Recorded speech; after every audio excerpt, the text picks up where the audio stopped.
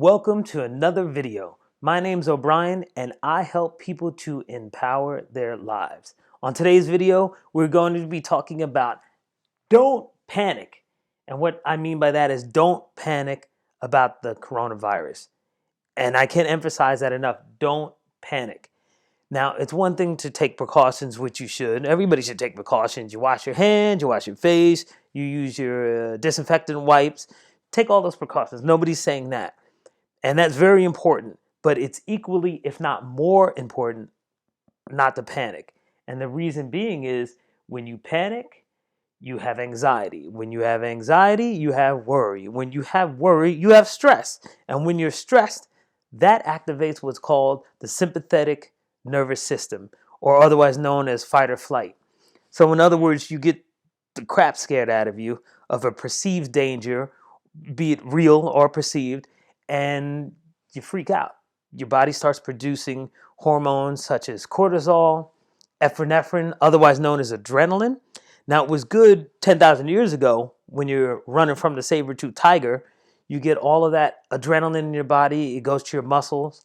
Your heart rate increases, and you take off. Once you're away from that danger, guess what? You settle back down. The difference is in modern times, we stay in that state of survival up to 70% of our day, new studies have showed, and it might even be higher than that. So you imagine what that does to your body. So here you are at home, sitting there thinking about the coronavirus, how it's going to happen to you, what's going to happen. You take the precautions, but you don't worry. When you worry and you activate your sympathetic nervous response or fight or flight, guess what that does? It actually shuts. That's right, shuts off your immune system. You're done. It shuts it off because it sees it as not as important as getting away from that saber-toothed tiger. You got a bellyache, you got a cold. Do you want to take care of your cold, sit there and heal and get eaten by the tiger because he doesn't care what you got going on inside of you? Or do you want to have that shut off and have all the energy to get away? So that's what happens when you worry about the coronavirus or anything else, real or imagined. So there's a few things I suggest you do. Stay away from the media.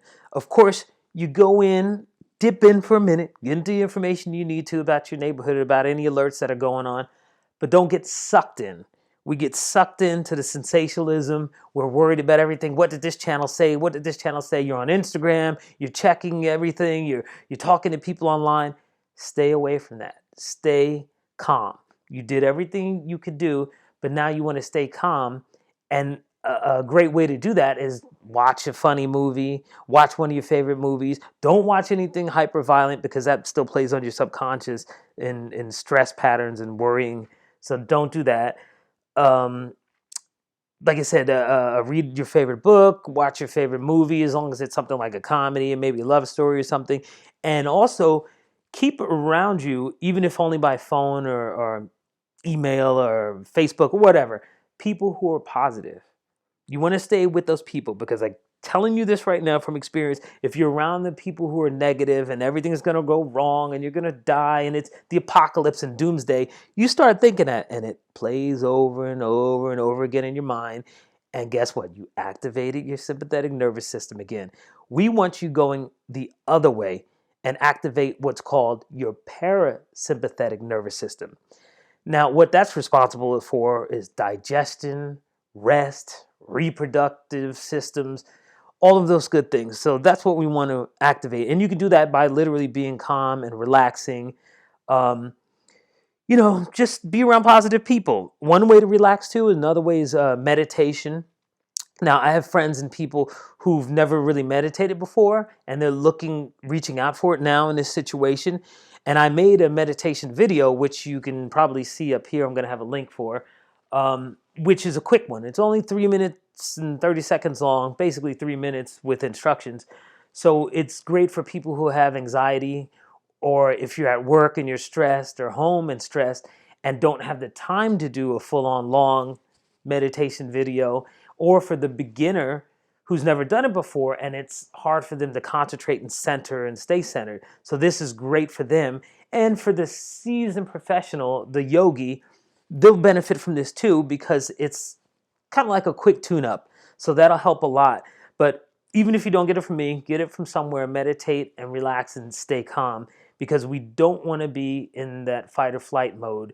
And by the way, the fight or flight mode, when you're in that, or from anxiety and panic and worry about the coronavirus or anything else, that is the same exact stress responses, or should I say, those are the same stress responses and hormones that they use with patients who are getting organ transplants. Can you believe that? They actually give you those stress hormones so your body won't reject the organ right away, because it shuts off your immune system. Now, if they give it to people who are having transplants to shut off your immune system for however hour long surgery they're having, think about that when you're in that all day long, all night long, you can't sleep. We need our sleep to rest.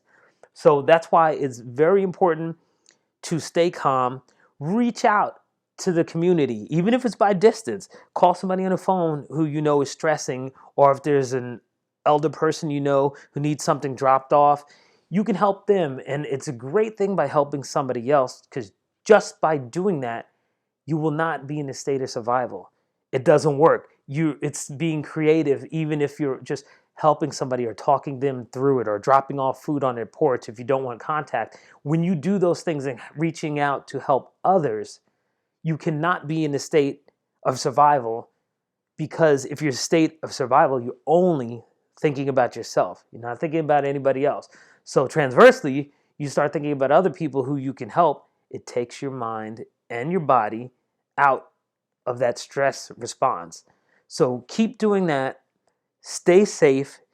And as always, take the time to make an ordinary day awesome. I'll see you soon. Peace and be well.